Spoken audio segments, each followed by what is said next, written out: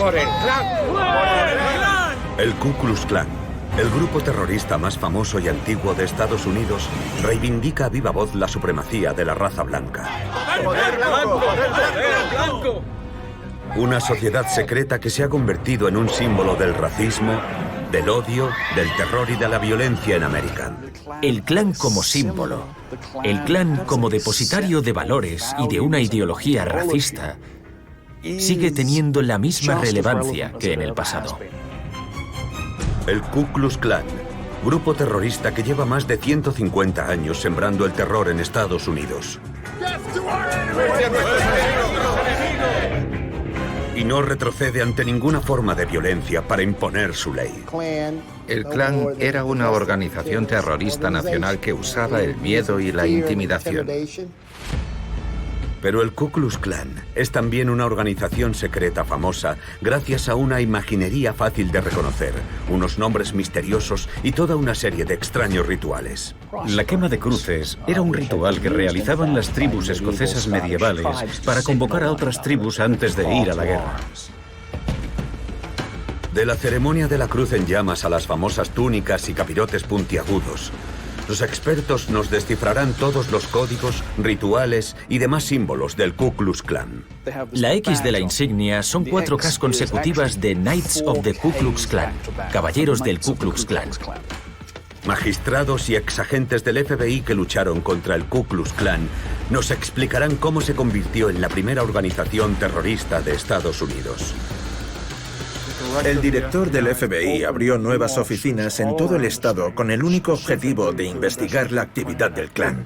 Por último, gracias al testimonio exclusivo de un exmiembro arrepentido, intentaremos comprender cómo es hoy el Ku Klux Klan y cuáles son sus objetivos. ¡El poder para los blancos! Yo, como Gran Dragón, tenía una agenda específica. Básicamente tenía que formar un ejército de reserva para, llegado el caso, poder reconquistar Estados Unidos. Desde su creación en el siglo XIX tras la Guerra de Secesión hasta su resurgimiento en el siglo XXI justo después de la elección de Barack Obama, primer presidente negro. ¡No reemplazaréis! Esta es la historia del Ku Klux Klan, la organización racista y criminal más antigua y conocida de Estados Unidos.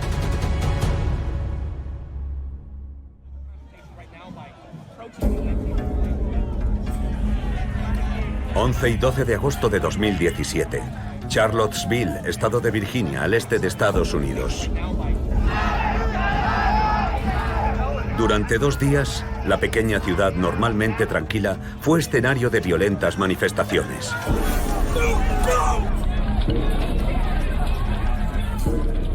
Por un lado, varios cientos de activistas antirracistas. ¡Las vidas negras importan! Por otro, una horda de supremacistas blancos que han venido a protestar. Todos queríamos ir.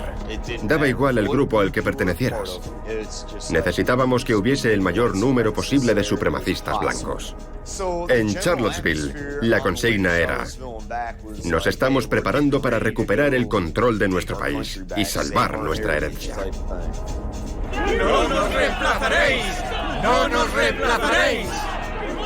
Inicialmente, las manifestaciones de Charlottesville estaban convocadas para protestar por el proyecto de retirar los monumentos confederados. En particular, hubo mucha polémica por la retirada de la estatua de Robert E. Lee, el general más conocido del ejército de los Estados Confederados. Están borrando la historia de Estados Unidos. ¡Y punto! Durante 2 días, más de 1000 activistas de extrema derecha exaltados se reunieron en Charlottesville para protestar. Entre ellos, había representantes de la organización racista más conocida y antigua de la historia de Estados Unidos, el Ku Klux Klan. ¡Poder blanco! ¡Siempre! Aquellos días, Charlottesville se convirtió en un auténtico campo de batalla. La actuación de la policía fue lamentable, incapaz de mantener a la gente separada, incapaz de impedir que los supremacistas blancos golpearan violentamente a los del otro bando. Como resultado, las calles de la ciudad se convirtieron en zonas sin ley, con peleas entre racistas y antirracistas. Y al final, un joven neonazi atropelló a la multitud matando a una mujer, Heather Heyer, e hiriendo de gravedad a otras 20 personas.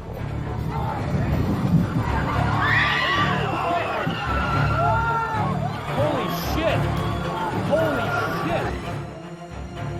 El asesino se llama James Alex Fields, un joven militante de extrema derecha. Al día siguiente de la tragedia, la muerte de Heather Heyer ocupó las portadas de los periódicos. Fue un escándalo nacional. El entonces presidente de Estados Unidos, Donald Trump, tuvo que reaccionar para calmar los ánimos. Pero la rueda de prensa que dio el 13 de agosto para tratar de sofocar el fuego no hizo más que avivarlo. Había gente muy mala en ese grupo, pero también gente muy buena. En ambos bandos. Les aseguro que en ese grupo había gente... Disculpe. He visto las mismas imágenes que usted. La mayoría de las personas habían venido para protestar pacíficamente por la retirada de una estatua muy importante para ellos y por el cambio de nombre del parque dedicado al general Robert E. Lee. Su declaración justo después del asesinato en Charlottesville, en la que dijo que había buenas personas en ambos bandos, con los neonazis lanzando insultos antisemitas y toda la violencia, creo que una vez más alentó a los supremacistas blancos a pensar que está bien odiar y que en casos extremos no es un problema cometer actos terroristas, como por ejemplo coger el coche y atropellar a los manifestantes. El escándalo mediático provocado por el asesinato y el malestar que suscitó la rueda de prensa sacaron a la luz un secreto de familia que, sin duda, el expresidente de Estados Unidos habría preferido mantener oculto. Cuando era joven, su padre, Fred Trump, fue miembro del Ku Klux Klan. La ideología del Klan de preservar la pureza de la sociedad en una época de inmigración masiva y de grandes cambios sociales resultaba muy atractiva para un gran número de hombres blancos en Estados Unidos. Tiene sentido que alguien como Fred Trump fuera simpatizante del Klan. La relación entre Donald Trump y el Ku Klux Klan no se limita al pasado de su padre. A partir de su campaña de 2016, el expresidente de Estados Unidos se ha convertido en el nuevo ídolo de los supremacistas blancos, empezando por David Duke. Este subversivo y polémico personaje, en la actualidad afín a la ideología neonazi, se hizo famoso por haber sido líder del Ku Klux Klan durante mucho tiempo. Estoy encantado de ver que Donald Trump y muchos otros norteamericanos suscriben la mayoría de las ideas que llevo tantos años defendiendo. Mi lema sigue siendo Estados Unidos primero. Durante la campaña presidencial de Trump de 2015-2016, un líder neonazi lo llamó nuestro gran líder espiritual, nuestro líder intrépido. David Duke, ex líder del Ku Klux Klan, afirmó que todo blanco que votara en contra de Trump estaría votando en contra de su raza, estaría traicionando a la raza blanca.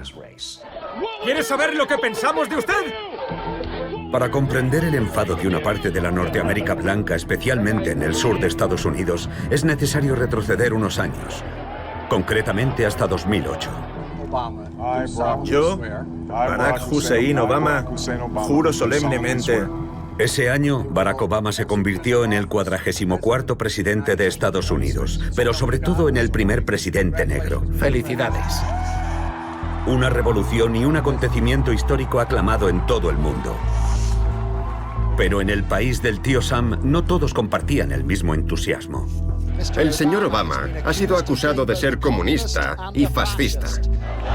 En muchos estados del sur, la elección de un mestizo no gustó a todo el mundo. Cuando Barack Obama fue elegido, todos esos blancos corrieron a comprar armas. Estaban convencidos de que era un punto de inflexión en la historia del país, a partir del cual los negros iban a tomar el control y a perseguirlos, porque ahora contaban con el respaldo de un negro en la Casa Blanca. ¡Escúchame! Para las organizaciones de extrema derecha, este ambiente de rechazo y hostilidad contra Obama era una bendición.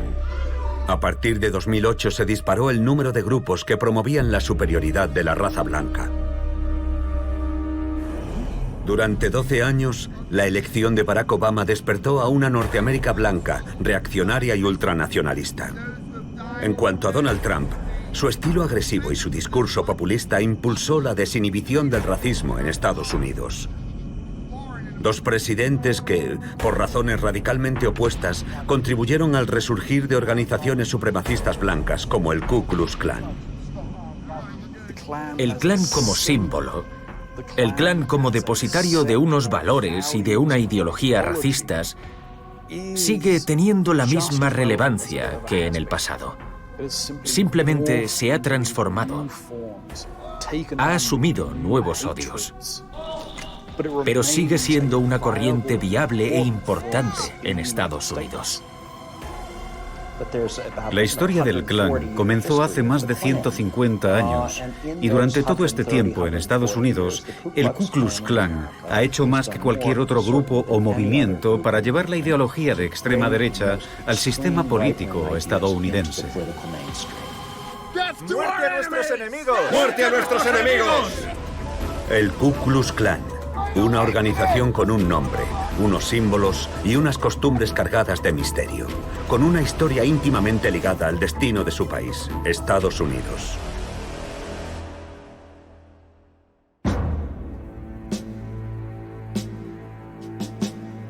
Todo empezó hacia 1861 con la Guerra de Secesión.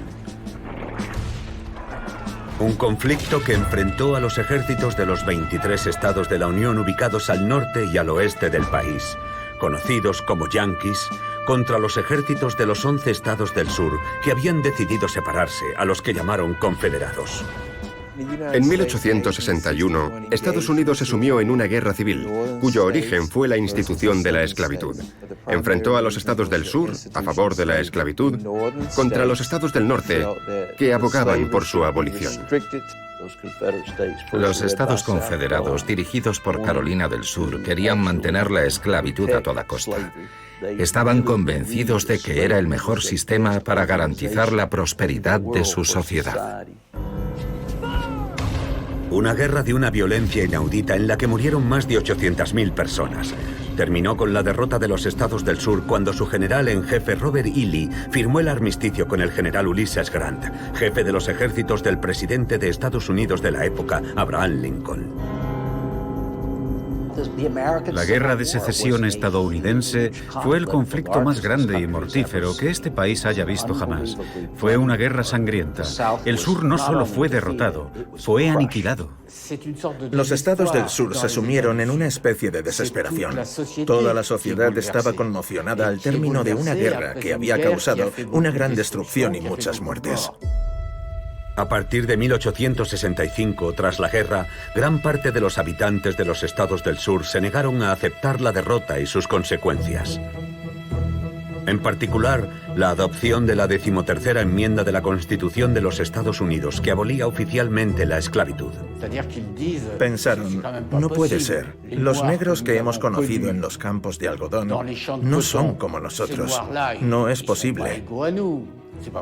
Si no son iguales a nosotros, ahora que los hemos liberado, serán muy peligrosos. Querrán un puesto. Querrán dinero, violarán a nuestras mujeres. ¿Se dan cuenta? Violarán a nuestras mujeres.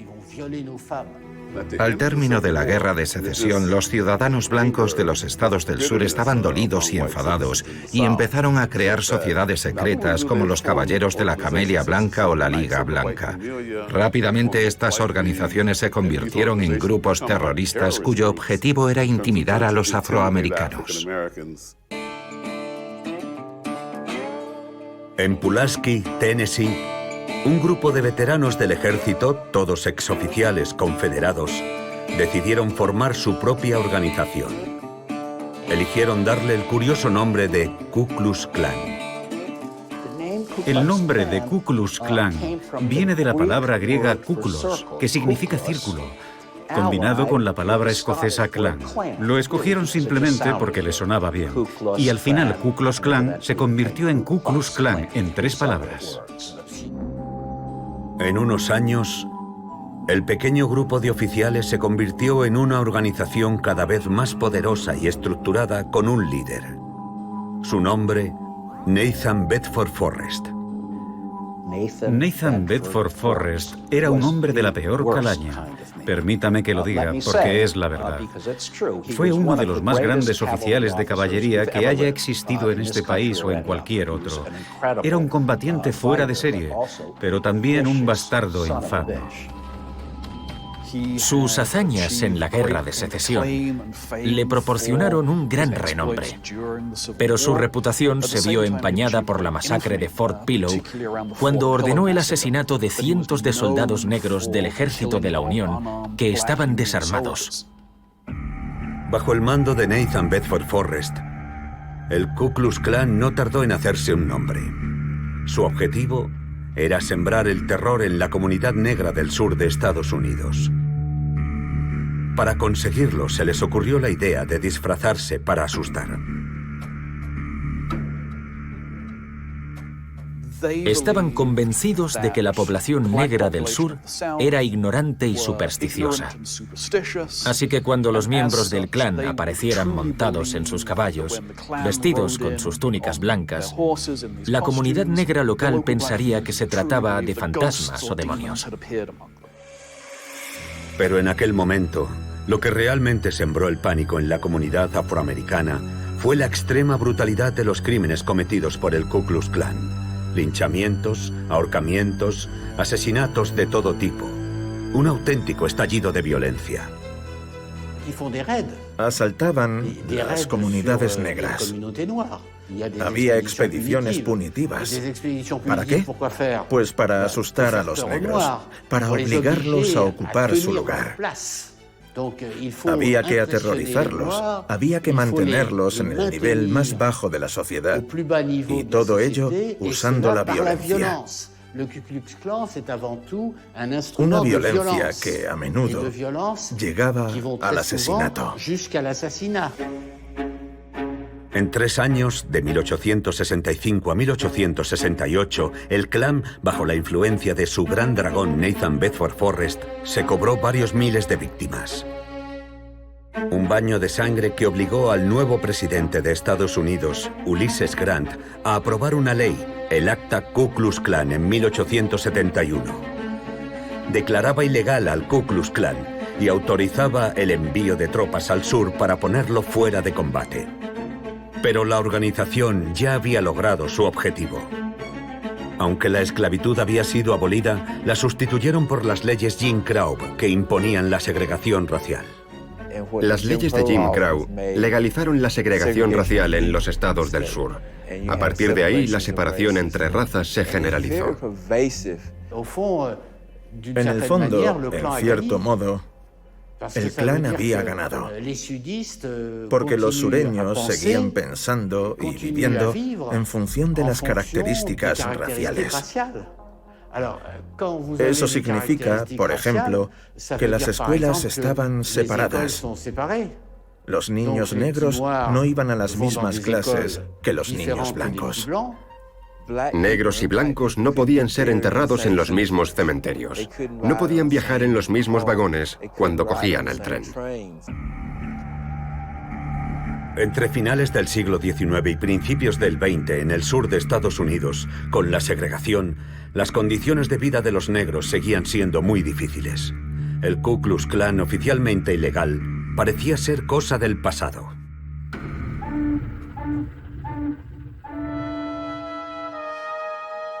Sin embargo, en 1915, las cosas iban a cambiar con el estreno de la película El nacimiento de una nación.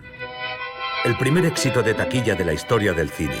Unos 30 millones de estadounidenses fueron a verla a los cines. Realmente es el primer largometraje en la historia del cine con una trama narrativa completa. Había muchas escenas de acción y contaba una historia dramática. Tenía música de acompañamiento. La película causó sensación en su época. El público fue a los cines de todo Estados Unidos para verla, algo inaudito en este país. Tuvo una influencia extraordinaria. La razón fue que la industria cinematográfica daba sus primeros pasos. Probablemente la gran mayoría de las personas que vieron El nacimiento de una nación nunca habían visto una película antes. La historia que fascinaba a los estadounidenses no era otra que la de la Guerra de Secesión y sus consecuencias en los estados del sur. La película se acerca a la realidad de los acontecimientos históricos y presenta a los miembros del Ku Klux Klan como auténticos héroes, defensores de las viudas y los huérfanos. El nacimiento de una nación es una adaptación de la novela El hombre del clan, sobre la historia del Ku Klux Klan. Pero en esta versión, los miembros del clan aparecen como los que salvan al sur blanco de las malvadas bestias negras que secuestran y violan a las mujeres blancas, o sea, el mundo al revés. La acción transcurre en la Guerra de Secesión. La población blanca del sur aparece como víctima de los republicanos del norte y sus aliados negros, que tienen el poder en el sur y los maltratan. Para proteger a esta pobre gente de los malvados negros oportunistas, se vieron obligados a crear el Ku Klux Klan. Uno de los mayores admiradores de la película era William Joseph Simmons, pastor de la Iglesia Metodista, originario de Alabama. La película le dio una idea: resucitar el Ku Klux Klan. William Joseph Simmons vio en el Ku Klux Klan, y en particular en su iconografía, los medios para crear una especie de hermandad. En 1915, solo unos meses después del estreno de El nacimiento de una nación, William Simmons celebró una ceremonia secreta en Stone Mountain, a las afueras de Atlanta, Georgia, al lado de un monumento gigantesco a los héroes confederados de la Guerra de Secesión. Allí inauguró oficialmente un nuevo clan. Aquel día en la montaña solo había 16 personas. Para eludir la prohibición oficial del Ku Klux Klan, Simmons cambió el nombre de la organización por el Imperio Invisible de los Caballeros del Ku Klux Klan. En 1920, para promocionarlo, recurrió a Mary Elizabeth Tyler y Edward Young Clark, una pareja de publicistas especializados en marketing. A ellos se les ocurrió la idea de aprovechar la estética de la película El nacimiento de una nación. Vieron en los trajes y en todos los símbolos de la versión ficticia del Ku Klux Klan una herramienta de propaganda que resultó sumamente eficaz. Seamos claros, la imaginería que utilizaron está sacada del libro y de la película. La idea de los uniformes del clan, incluso la idea de la quema de cruces, no existía a finales del siglo XIX. Son una invención del clan en las 2 primeras décadas del siglo XX, inspirándose en la cultura popular de la época. Se inspiraron en el folclore inglés y escocés. La quema de cruces era un ritual que realizaban las tribus escocesas medievales para convocar a otras tribus antes de ir a la guerra. Fue a partir de esta época cuando el Ku Klux Klan adoptó toda la imaginería tradicional tal y como la conocemos hoy, con sus símbolos, sus trajes, sus ceremonias y sus extraños nombres. La nomenclatura del clan, con todos esos nombres extraños como Mago Imperial, Excelso Cíclope, Clalith, Clud, les parecía que sonaban exóticos. Pensaban que venían de la mitología egipcia. La mayoría de los nombres empezaban por las letras KL, como Clan, los Clalith, los Clavers, etc. Les parecía que sonaba más exótico, como de Oriente Medio. La letra K también está en el origen del símbolo del Ku Klux Klan, una cruz blanca sobre fondo rojo. Es el emblema que aparece en las insignias cosidas a las túnicas de los miembros del clan y más recientemente en las banderas que llevan a sus concentraciones. Llevaban una insignia con el símbolo que llaman la insignia de la gota de sangre. Una gran X con una gota de sangre en el centro. La X son 4 Ks consecutivas de Knights of the Ku Klux Klan, caballeros del Ku Klux Klan. Y para añadir un aura de misterio adicional a este nuevo Ku Klux Klan, incluso llegaron a desarrollar toda una simbología libremente inspirada en otras sociedades secretas como la Orden de los Templarios o la masonería. El clan se inventó una especie de mitología. Algunos de sus nombres y de sus rangos salieron directamente de la tradición católica, igual que muchas otras hermandades que también se inspiran en los símbolos cristianos. El clan tiene 7 símbolos, como el capirote, la túnica, el agua o la espada. Para ellos, cada símbolo tiene su propio significado y todos están relacionados con el cristianismo. 7 símbolos oficiales del clan. La Biblia, que es el fundamento mismo de esta organización de raíces cristianas. La bandera, ya sea la bandera confederada, símbolo de los estados del sur, o la bandera estrellada, símbolo nacional estadounidense. El agua, que sirve para purificar. La espada, símbolo de la ley que se levanta para luchar contra los enemigos del clan. Y para terminar, los 3 símbolos más conocidos. La cruz que arde en las ceremonias oficiales, la túnica y por último el célebre capirote puntiagudo. Contrariamente a lo que mucha gente piensa, el objetivo del atuendo que nos viene a la mente hoy, capirote blanco puntiagudo y túnica blanca, es crear una hermandad física y una homogeneidad estética entre todos los miembros del clan que impresione al verlos desfilar en fila por las calles.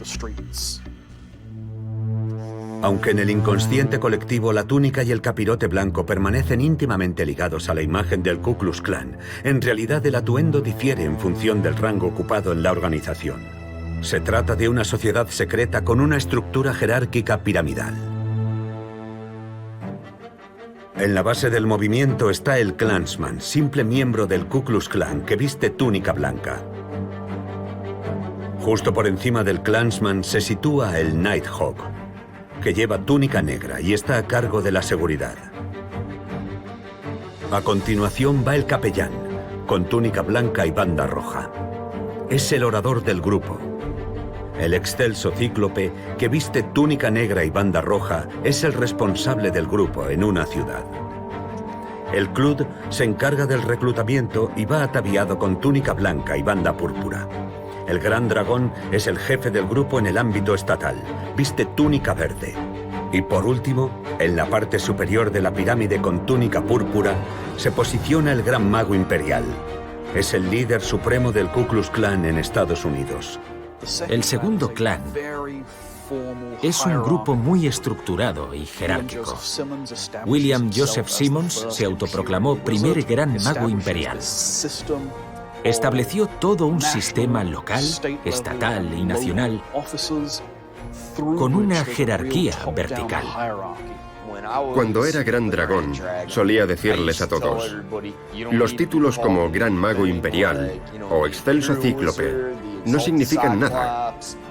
Lo que importa es ser miembro del clan y poder llevar la túnica blanca. Eso es todo. La estrategia de comunicación a través de la imagen fue un éxito absoluto. A mediados de la segunda década del siglo XX, Hiram Evans, nuevo Gran Mago Imperial del Ku Klux Klan, estaba al frente de casi 4 millones de miembros y de una fortuna de millones de dólares. Era uno de los hombres más poderosos e influyentes de Estados Unidos. En 1925, organizó una gran marcha en la capital de Estados Unidos, Washington. El clan declara, ondeamos nuestra bandera e invocamos el nombre de Dios porque nuestra causa es justa. En 1925 marcharon por las calles de Washington hasta el Capitolio. Fue algo descomunal. Vinieron de todos los estados. La ciudad estaba invadida por el clan. La marcha reunió a más de 40.000 miembros del clan que marcharon por Pennsylvania Avenue, frente a la Casa Blanca. Fue un espectáculo increíble y también una demostración de fuerza por parte del clan que mostró su poder a todo Estados Unidos. El objetivo de esta demostración de fuerza era imponer las ideas políticas xenófobas del Ku Klux Klan. Pero los tiempos habían cambiado desde la Guerra de Secesión. Sus enemigos ya no eran solo los negros. El problema que se planteaba en Estados Unidos era la inmigración masiva, una inmigración procedente de Europa. Los estadounidenses que llevaban mucho tiempo establecidos allí, con abuelos, incluso con bisabuelos estadounidenses, consideraban que los recién llegados constituían un peligro. Eran católicos del sur de Europa, judíos de Europa del Este. Se produjo lo que actualmente los supremacistas blancos denominan miedo al gran reemplazo. Para poder imponer la teoría del gran reemplazo, el Ku Klux Klan contaba con un argumento irrefutable, el AMPA. En aquella época, en Chicago, Nueva York y Las Vegas, los padrinos de la mafia, símbolo del crimen en Estados Unidos, se llamaban Al Capone o Dutch Schultz, y en la mayoría de los casos eran de origen italiano o judío. El clan pensaba que estaban en todas partes y que había que luchar contra ellos de todas las formas posibles e imaginables. De ahí las leyes de inmigración de 1921 y 1924 y también la prohibición de vender bebidas alcohólicas adoptada por una enmienda a la Constitución. Eran protestantes evangélicos y como tales estaban a favor de la prohibición del alcohol y también de una forma de puritarismo sexual. La organización protestante y puritana que pretendía defender los valores morales de la Norteamérica blanca se vio envuelta en un caso particularmente sórdido. D.C. Stevenson, gran dragón del estado de Indiana y también uno de los líderes más poderosos del clan a nivel nacional, fue detenido y posteriormente acusado del asesinato de una joven llamada Madge Oberholzer, después de haberla violado y agredido. Secuestró a su ayudante, la torturó y asesinó. Cuando encontraron el cadáver presentaba múltiples puñaladas por todo el cuerpo. La historia se hizo pública. Fue condenado y enviado a prisión. Con los años, la gente se dio cuenta de que muchos líderes del clan eran unos hipócritas. Los constantes actos de hipocresía se sucedían y esto supuso el fin del clan. Una vez más, las ambiciones del Ku Klux Klan de imponer sus ideas políticas parecen haber quedado enterradas para siempre. Aunque sigue existiendo oficialmente, desde hace casi 30 años el Ku Klux Klan, que ahora dirige Samuel Green, hace lo posible por mantener viva la llama realizando vídeos de propaganda. Durante 5000 años, el hombre blanco ha sido la raza superior y nosotros, los caballeros del Ku Klux Klan, tenemos la intención de protegerla para que lo siga siendo. A principios de los 50, Estados Unidos estaba en pleno auge económico. El Ku Klux Klan, agonizante, ya no estaba en sincronía con los tiempos. Pero un acontecimiento iba a cambiarlo todo. En la década de los 50, hubo una serie de casos en el Tribunal Supremo contra las leyes de Jim Crow y la segregación racial. El fallo del Tribunal Supremo en 1954, en el caso Brown contra el Consejo de Educación, fue muy importante, porque terminó legalmente con la segregación en las escuelas estadounidenses. A partir de entonces, los ciudadanos afroamericanos podían ir a una escuela de su elección, comer en cualquier restaurante e incluso sentarse en el lugar que quisieran en los autobuses y en los cines. Era el inicio del movimiento por los derechos civiles en Estados Unidos, con figuras emblemáticas que iban a encarnar la lucha de los negros por la igualdad en todo el país. Los negros y los blancos podrán unir sus manos y cantar un viejo espiritual negro. ¡Por fin somos libres! ¡Gracias a Dios Todopoderoso! ¡Por fin somos libres! Hubo un movimiento que luchó contra la segregación racial, encarnado por Rosa Parks en 1957, por Martin Luther King en la década de los 60, que se correspondió, se podría decir, con las grandes convulsiones del siglo XX en Estados Unidos. En esa época, Estados Unidos experimentó grandes cambios sociales, en particular en lo que respecta a los derechos y al papel de los afroamericanos en el país, así como el auge del rock and roll y la contracultura juvenil. Las cosas estaban cambiando y muy rápidamente. En los estados del sur del país, una gran parte de la comunidad blanca se opone ferozmente a los cambios, porque quieren mantener la segregación entre negros y blancos a toda costa. Cuando era pequeño, nadie me obligó a ir al colegio con los negros ni a comer con ellos, y quiero que mis hijos tengan los mismos derechos. Deberían tener los mismos derechos que nosotros, pero estando separados. En el sur ha funcionado durante 100 años y lo seguirá haciendo. Una corriente reaccionaria muy extendida, incluso entre la clase política del sur de Estados Unidos. Como George Wallace, poderoso gobernador del estado de Alabama, que en 1963 pronunció un discurso muy agresivo a favor de la segregación racial. Segregación ahora, segregación mañana y segregación por siempre. El programa electoral de George Wallace. Un programa que podía resumirse en 3 palabras: segregación, segregación y segregación. No podemos borrar la historia, una historia que ha marcado a los estados del sur. Alabama, Georgia, Florida, Carolina del Sur, Luisiana o Mississippi. En todos los estados del sureste del país, una mayoría blanca se mostró hostil a los cambios. Suficiente para que el Ku Klux Klan resurgiese de sus cenizas. Quieren mezclar a los niños blancos y a los niños de color en nombre de la integración. Pero lo que conseguirán con este mestizaje es destruir a las 2 razas. Un nuevo clan que iba a perpetuar las tradiciones de principios de siglo. Túnicas blancas, capirotes puntiagudos, ceremonias de iniciación y la cruz en llamas, convertida en el máximo símbolo de la organización.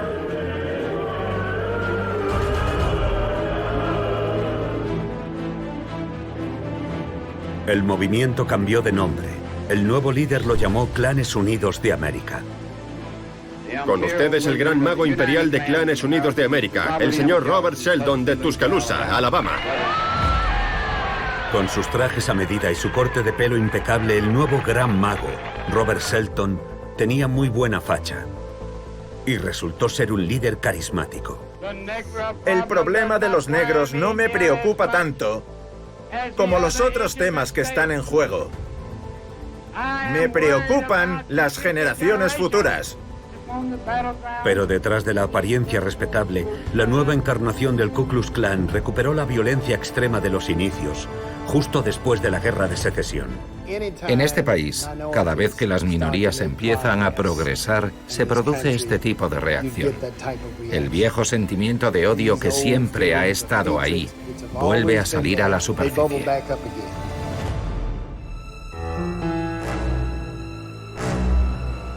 Es un regreso a la violencia como instrumento para intimidar a una comunidad. Y como tal, esta violencia está diseñada para ser pública y muy visible. Es una consecuencia de lo que a menudo llamamos linchamiento espectáculo, la idea de los asesinatos como una forma de llamar la atención. Asesinatos, linchamientos, atentados. Los años 50 y 60 estuvieron marcados por una escalada de la violencia que nada ni nadie parecía poder detener. En Washington, el presidente norteamericano Lyndon Johnson convirtió la lucha contra el Ku Klux Klan en una prioridad. Pidió al jefe del FBI, J. Edgar Hoover, que enviase a sus agentes de campo. La misión, desmantelar la organización terrorista. El Klan era una prioridad para la FBI. Para que se hagan una idea, en Meridian, Mississippi, había una pequeña oficina del FBI que tenía solo 3 agentes y en una semana llegaron 150 de refuerzo. Se instalaron en un pequeño motel contiguo. El director del FBI inundó el estado con agentes del FBI. Abrieron oficinas por todo el estado con el único de investigar la actividad del Klan. Con el agente especial Roy Moore al mando, el FBI utilizó todos los medios disponibles para tratar de neutralizar al Ku Klux Klan. En particular en el estado de Mississippi, donde se sospechaba que la organización de extrema derecha estaba involucrada en la misteriosa desaparición de 3 activistas de los derechos civiles. Al cabo de unas semanas, 18 miembros del Ku Klux Klan fueron detenidos. Gracias a la información obtenida en los interrogatorios, Roy Moore y sus hombres lograron identificar al autor intelectual de la operación. Su nombre, Samuel Bowers. Era el gran dragón del estado de Mississippi. Sam Bowers era el jefe de los caballeros blancos del Ku Klux Klan en Mississippi, responsables de al menos 10 asesinatos que se conozcan en ese estado. Era la sección del Klan más violenta de todo el país y obviamente muy temida. Probablemente Sam Bowers sea uno de los miembros del clan más conocidos y temidos del Mississippi. Él mismo se encargaba de reclutar a los hombres y de entrenarlos para las misiones que había planeado para ellos. A pesar de todos los esfuerzos realizados por el clan de Samuel Bowers para sembrar el terror y disuadir a los afroamericanos de registrarse para votar, el 4 de agosto de 1965, el presidente Lyndon Johnson firmó la Ley de Derecho al Voto, que prohibía la discriminación racial en el ejercicio de este derecho. Como represalia, Bowers ordenó el asesinato de Vernon Dahmer, un activista por los derechos civiles. Vernon Dahmer era agricultor, hombre de negocios, emprendedor.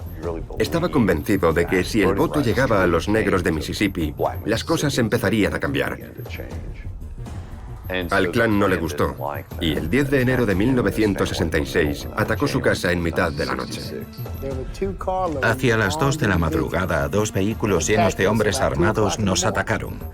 Empezaron a disparar a la casa, arrojaron botellas llenas de gasolina y antorchas para incendiarla. Mi padre se enfrentó a ellos en un tiroteo que acabó costándole la vida. No murió de un disparo, sino por asfixia, por inhalación de gases tóxicos que literalmente le abrasaron el sistema respiratorio. Después del asesinato de Vernon Dahmer, se estrechó el cerco sobre Bowers. El gran mago del Ku Klux Klan en Mississippi estaba en el punto de mira del FBI. Sin embargo, a pesar de las pruebas acumuladas y las confesiones de algunos de sus hombres, los ejecutores recibieron una sentencia irrisoria y el propio Bowers fue absuelto por un jurado blanco. Una impunidad que no sorprendió. A mediados de la década de los 60, muchos sureños blancos veían al clan como que no eran buena gente, pero al mismo tiempo legitimaban sus acciones porque consideraban que defendían a sus hijos de la integración, de tener que sentarse al lado de los niños negros en las escuelas. En este clima de segregación y supremacía blanca, la comunidad fue cómplice de los crímenes al mirar para otro lado. Lo pasaban por alto en lugar de condenar toda esa violencia y la ideología que había detrás. Pero la impunidad de la que disfrutaban los hombres del Ku Klux Klan tenía los días contados. En 1971, con solo 30 años, Bill Buxley fue nombrado fiscal general del estado de Alabama. Decidió reabrir la investigación de la muerte de 4 niñas en un atentado con bomba en Birmingham, 8 años antes. El principal sospechoso se llamaba Robert Chambliss, y a pesar de todas las pruebas en su contra, seguía libre como un pájaro. Chambliss era el cabecilla del grupo en Birmingham y responsable de más de 40 atentados con bomba en el periodo de 20 años. Era el cerebro de los atentados. De hecho, le apodaban Dinamita Bob. En aquel momento, la cruzada que Bill Buxley emprendió contra el responsable del atentado, un influyente miembro del Ku Klux Klan, le valió numerosas amenazas. Esta carta llegó un día a mi despacho. Estimado señor Buxley, queremos felicitarle.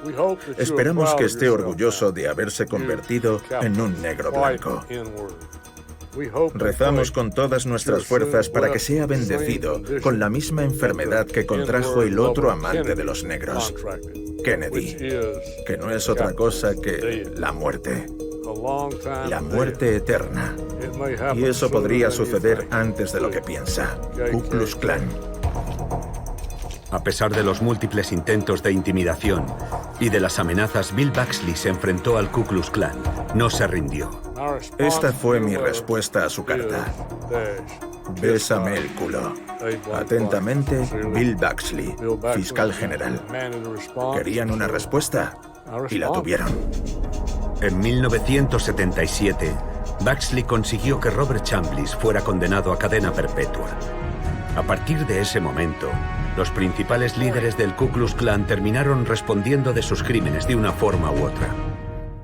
Samuel Bowers, el hombre que estuvo detrás del asesinato de Vernon Dahmer y de los 3 activistas, narrado en Arde, Mississippi, y su lugarteniente Edgar Ray Killen también fueron condenados. Robert Shelton, gran mago imperial, fue condenado a pagar $7 millones a Beulah May, madre de Michael Donald, un joven afroamericano al que sus hombres lincharon en 1981.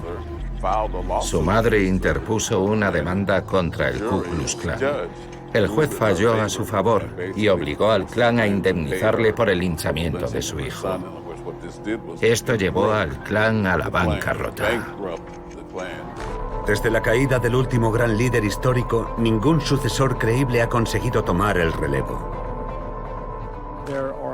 Existen varios grupos pequeños que se reúnen para defender la ideología del clan, pero no tienen ningún poder financiero, ya que la mayoría de sus miembros son de clase media baja. En la actualidad, los grupos del clan son muy pequeños y proceden casi siempre de zonas rurales del país. Ya no hay agrupaciones del Ku Klux Klan en las ciudades. Normalmente se centran en una familia. Los caballeros del Ku Klux Klan son ahora Top Rob, su esposa, 2 de sus hijos y media docena de amigos que viven al final de la calle.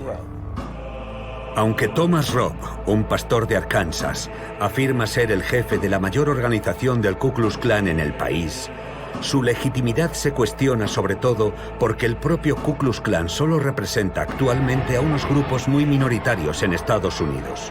Son apenas 4.500 miembros en un país de casi 350 millones de habitantes. El Klan, que una vez fue la organización de extrema derecha más poderosa de Estados Unidos, hoy no es ni la sombra de lo que fue. De hecho, neonazis, skinheads y demás miembros de la supremacía blanca estadounidense ven a los del Klan como unos paletos, pobres, analfabetos, estúpidos que viven en caravanas. Me pareció que era como estar en una barbacoa. Solo que la mayoría de la gente no tiene 2 dedos de frente. Básicamente son un montón de paletos corriendo de un sitio a otro que se juntan para hacer perritos calientes, hamburguesas. La única diferencia es que van vestidos con una sábana y llevan una funda de almohada en la cabeza. Ken Parker fue testigo privilegiado de esta realidad decadente porque fue miembro del Ku Klux Klan.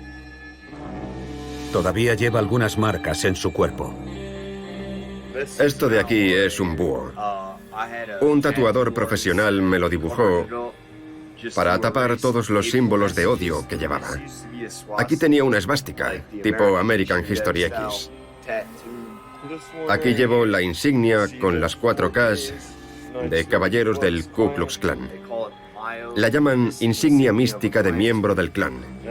Pronto desaparecerá también. Al principio, a Ken le sedujeron la imagen y la ideología política, pero acabó descubriendo una realidad que distaba mucho de la idea que él tenía. El clan del pasado linchaba, quemaba iglesias. Yo, como gran dragón, tenía una agenda específica. Básicamente, tenía que formar un ejército de reserva para, llegado el caso, poder reconquistar Estados Unidos. El clan de hoy lo único que hace es tirar folletos. Para ascender de rango, tienes que salir a reclutar gente, asistir a reuniones y lanzar unos estúpidos panfletos. La historia de Ken Parker es la de un hombre blanco del sur de Estados Unidos que tras muchos años en el clan y en el partido neonazi optó por renunciar al odio y a la violencia. El hombre que estuvo detrás de su redención fue precisamente el pastor William McKinnon. Un día estaba sentado en el borde de la piscina con mi exnovia y un pastor negro se nos acercó. La primera vez que vi a Ken, vivíamos en el mismo complejo de apartamentos. Entonces no sabía que era neonazi ni miembro del Ku Klux Klan. Estaba sentado con su novia. Hablamos y nos sentamos en una mesa con otros vecinos. Así fue como nos conocimos. Me dijo: Ken, no sé qué decirte sobre todo esto. Lo único que sé es que Jesús es amor. Pensé, wow, tiene más sentido que cualquier respuesta que me hayan dado antes. Esa frase me permitió ver las cosas de otra forma. ¿Quién soy yo para juzgar a los demás? Para decir, eres judío, eres negro, eres esto, eres lo otro, voy a matarte. No, definitivamente, el pastor Will me abrió los ojos. Sí, Jesús es amor. Pero en el país del tío Sam, el espectro del odio siempre está muy presente. Sus nombres son Dylann Roof, responsable de la muerte de 9 afroamericanos en una iglesia de Charleston, Carolina del Sur, en 2015. Peyton Gendron, que asesinó a sangre fría a 13 miembros de la comunidad negra en un supermercado de Buffalo, en el estado de Nueva York, en mayo de 2022. Cada uno a su manera han demostrado que todavía hoy sigue siendo peligroso ser negro en Estados Unidos. Hoy día, los Dylann Roof de todo el mundo no son miembros de ningún grupo y nunca lo han sido, pero están completamente impregnados de la ideología racista que les hace creer que los blancos están siendo atacados por enemigos judíos, negros, inmigrantes, homosexuales. 2 asesinatos múltiples perpetrados por hombres muy jóvenes. En el momento de los hechos tenían 18 y 21 años. Una nueva generación de supremacistas blancos, herederos del Ku Klux Klan, que se han radicalizado tras pasar horas en webs complotistas, pero también en grupos de extrema derecha que predican el odio en las redes sociales. En 2015, Dylann Roof, justo antes de entrar en esa iglesia de Charleston, matar a 9 inocentes y herir a muchas otras personas, había estado consultando un sitio web de extrema derecha, cuya ideología está inspirada en los consejos de ciudadanos blancos de Mississippi. Eso fue lo que leyó justo antes de ir a la iglesia. La situación se ha agravado tras 4 años caóticos bajo la presidencia de Donald Trump. Un hombre que ha dejado tras de sí un país enfermo y profundamente dividido, del que los disturbios en el Capitolio son un triste símbolo. Un país con el movimiento Black Lives Matter por un lado, que ha mostrado a una comunidad afroamericana decidida a rebelarse contra el racismo común, como el asesinato de George Floyd, símbolo de la violencia policial reiterada contra los negros, y por otro lado, los supremacistas blancos, que se han visto alentados por la retórica populista y violenta de Trump, que hace gala de un racismo sin tapujos, y que ha demostrado que aunque el Ku Klux Klan ya no sea lo que era, su herencia e ideología, desgraciadamente, nunca han gozado de mejor salud.